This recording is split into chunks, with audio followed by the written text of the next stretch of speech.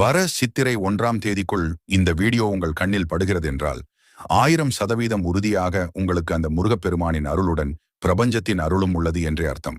எந்தவித சந்தேகங்களும் இல்லாமல் உங்களிடத்தில் முருகன் கூற வருவதை கடைசி வரை பாருங்கள். ஓம் முருகா என்று கூறி சேனலை சப்ஸ்கிரைப் செய்து கொண்டு இந்த ஒரு விஷயத்தை சித்திரை 1 அதாவது ஏப்ரல் 14ஆம் நாள் தமிழ் வருட பிறப்பு அன்று செய்வதினால் உங்கள் வீட்டில் செல்வம் சேரும், கடன் தீரும், பிரச்சனைகள் முடிவுக்கு வரும்.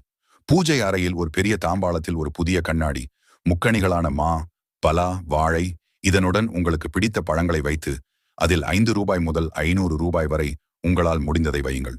சிறிய அளவு கல் உப்பு, வெல்லம், மிளகு, விரலி மஞ்சள், குங்குமம், அரிசி, 3 வெற்றிலை மற்றும் பாக்கு, வாழைப்பழம் இதனுடன் சேர்த்து சிறிது பூக்கள் வைத்து நகை அல்லது வெள்ளி பொருள்கள் இருந்தால் அதையும் அதில் வைத்து பூஜை செய்யுங்கள். நகை ஒரு குண்டுமணியாக இருந்தாலும் பரவாயில்லை, அதை வையுங்கள். இதை சித்திரை முதல் நாள் இரவு வைக்க வேண்டும்.